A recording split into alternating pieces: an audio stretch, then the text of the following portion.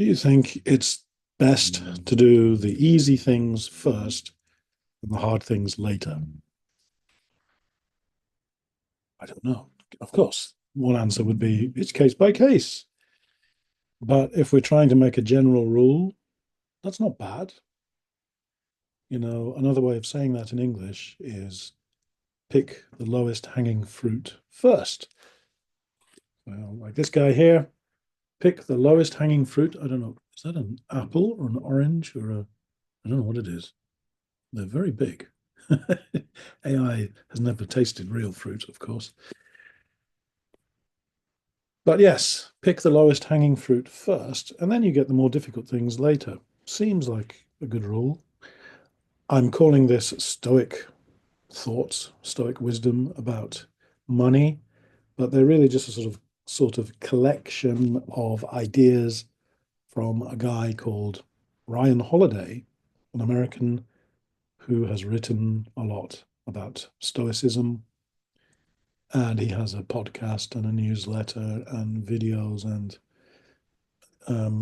he makes a small career out of being a Stoic explainer. He explains about Stoicism, the ancient Greek and Roman philosophy, I guess. It's not a religion, it's a philosophy, a way of thinking. Anyway, I don't want to go into great detail about that. Instead, I just want to look at some of these points, which seem like, I would say, common sense.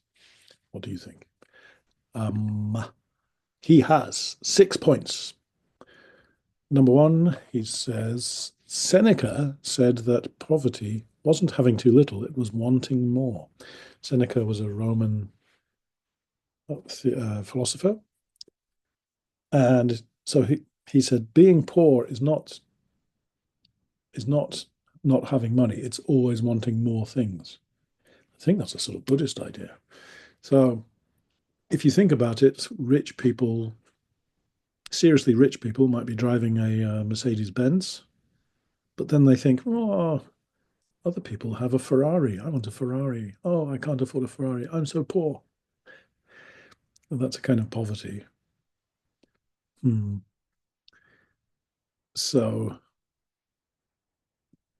if you don't have that way of thinking, then you're actually quite rich. Number two is pick the low hanging fruit. There's the low hanging fruit. Pick the low ones first before worrying about everything else. Makes sense. Number three, I like this. If a problem can be solved by money, you don't have a problem. Although if you don't have any money, then you'd still have the problem.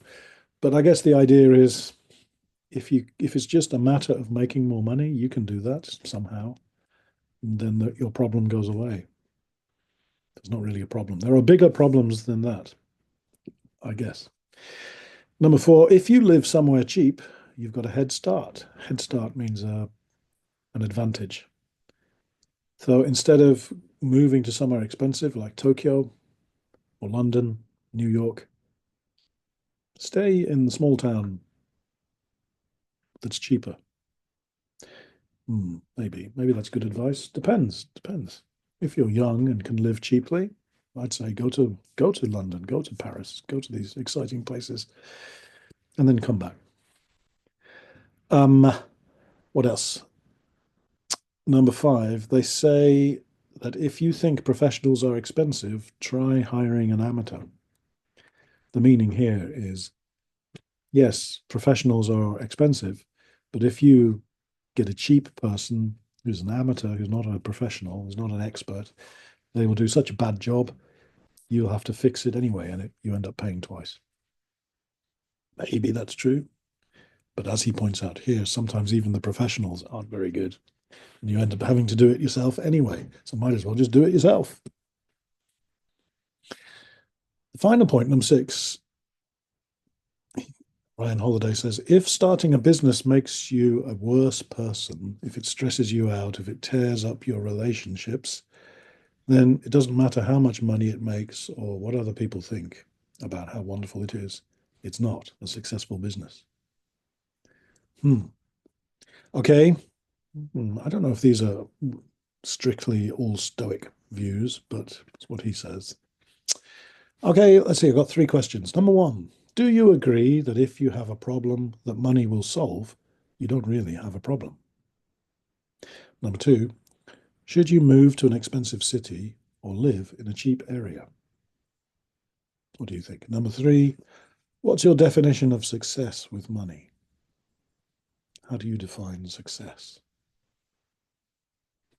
Okay, that's it. I'm going to go pick some low-hanging fruit and see you again. Thank you.